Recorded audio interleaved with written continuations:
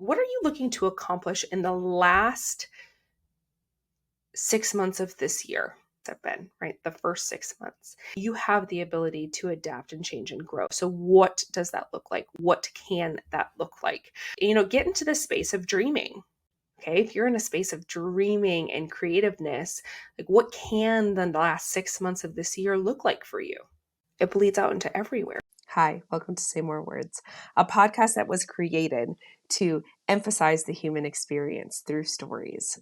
I hope that you come here to learn, to expand, and most importantly, learn how to say more words. Speak your story, speak your truth, boo-boo. We're so happy you're here. What is good in the hood?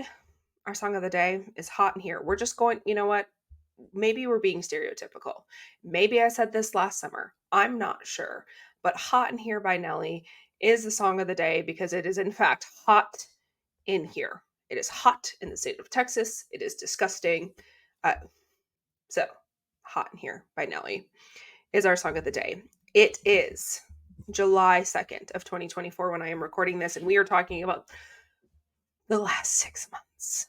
Now, the last 6 months as a title kind of works both ways, right? The last 6 months we experienced and the last 6 months of the year. I don't know what's going on in the ethers of this year. I am surrounded by positive people who work really hard.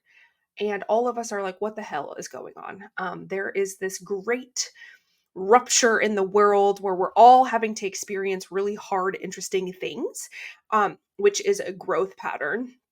And I will tell you, okay, so this really, my coach, y'all have heard me talk about her 1,000 times, Lacey Book. She said to me, because her coach said to her, right? This is why you have coaches who have coaches. She said to me yesterday, when things are in flow and we're moving and we're grooving, this is what her coach, Stefan Lovegrove, said to her. When we are in flow and we're moving and we're grooving, everything seems to be going great, but we aren't aware of what needs to change in order for things to continue working. It's kind of like the philosophy of like, what got you here won't get you there.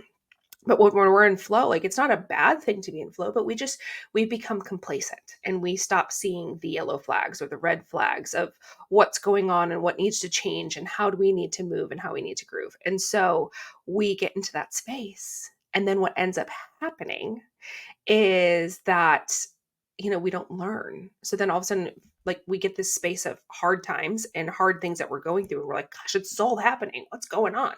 And it's just because we're now more hyper aware of all of the things that we need to fix and change and grow.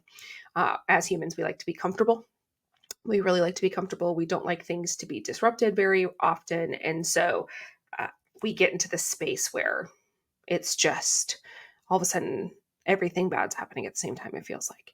Or we're having to learn a lot of lessons. And maybe it's not even bad, but we're having to learn a lot of lessons at the same time. So what I need you to do, okay, I need you to look over the last 6 months of your life. Okay, look over the last 6 months of your life and look at what has been working and what has not been working. Look at what your gigantic yellow flags or red flags are in your life right now that need to change so that you can grow into this next season of life. We are cyclical beings. We've talked about that before. We are cyclical beings who change and grow and move and groove. And it's just so very important for you to be aware of how everything moves and grooves. So you have to be aware of what needs to be fixed, what has worked and what has not worked. As we look to the next 6 months of our lives, y'all, I know we look at it quarterly, we look at it monthly, weekly, daily, but it's so very important to see what didn't work in the last 6 months so that in the last 6 months of the year, we can make some changes.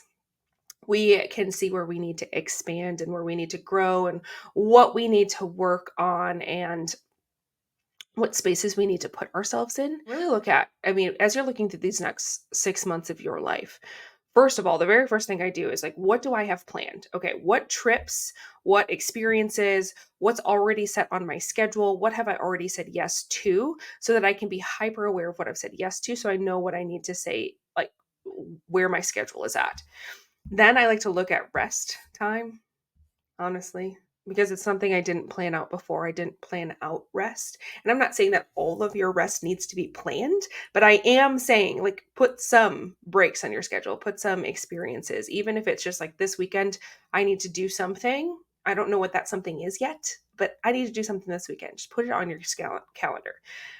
So what you've committed to, breaks and rests, and then looking at what are your goals? Like, what are you looking to accomplish in the last 6 months of this year?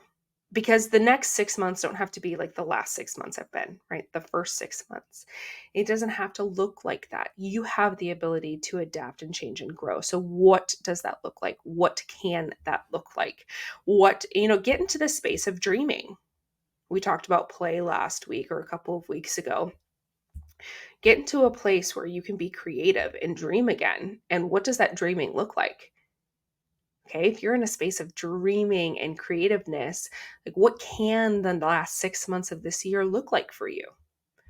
Does it look like you're spending more time with family while making more money inside of your business? Are you starting a new business? Are you looking at something new? Are you creating new ventures? Are you moving into a new space for yourself? Are you falling more in love with you? I think there's not enough people who are looking at their relationships with self and how that moves forward. I love talking to business people because they'll be able to tell me all day, spout out all of the facts, right? About what is happening in their business and where they're going and all that. But when I ask them about themselves, they just give me business facts. I'm like, I didn't ask about your business, boo boo. I asked about you. Where are you at? How is this working for you? How is it working for you? What changes need to happen? What space do you need to grow through and go through? When we look at relation to self, self is the most important place to start, and a lot of people don't start there. Okay? A lot of people don't start in self. So if we're looking at starting in self, what needs to happen with you? What ways do you need to grow so that you can be a better version of yourself for you, and then you can be a better version for everybody else? What's really cool is that when you're a better version for yourself, it bleeds out into everything else. Almost like magic. It bleeds out into everywhere. So start with you. What needs to change? What needs to grow? Do you need to look at your time? Do you need to look at your habits?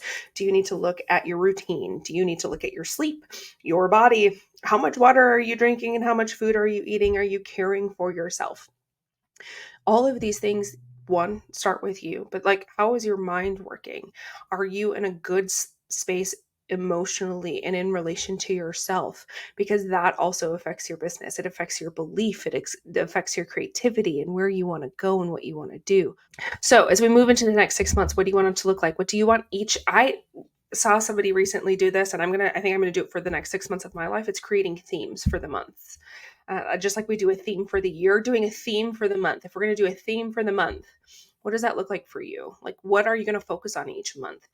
Put maybe some new skills, some new growth. If you have certain experiences coming up or thoughts and plans and just things like that, like just the world is your oyster. And just because the first 6 months maybe were difficult doesn't mean the last 6 months are difficult. However, I will tell you, if your first 6 months were good, guess what, boo boo? Your last 6 months can also be good. They can also be good. Both can exist. So I just really want you, this is going to be a really quick episode because I just want you to be in the space of, okay, how do I serve the next version of me? How is the next 6 months of my life going to go? What major changes are going to happen? What growth is going to happen? What space am I going to be in? And how is it going to help nurture me into the best version of me and the best version of my life, right? Because when we're the best version of me, we're the happiest version of me. And we just have the ability to live a very beautiful and humbly wonderful life. We just do. So that is your job. Okay. It's very simple. Look at the next 6 months, plan, journal about what hasn't worked in the past, journal about what you want to do, what your dreams and aspirations are, what your goals are. All of these things are possible. Okay? It is possible to have just an absolutely fantastic end to this year. I believe in you. I'm so very proud of you. I'm so happy that you exist in my world. I'm going to drop some tools in the show notes if you want some help. I'll drop in my planner and a couple of different other things that will help you with the end of this year. Okay. So have a great rest of your day. Here's to the last 6 months. Here's to a wonderful and prosperous July. I believe in you. I'm so proud of you. I'll see you soon.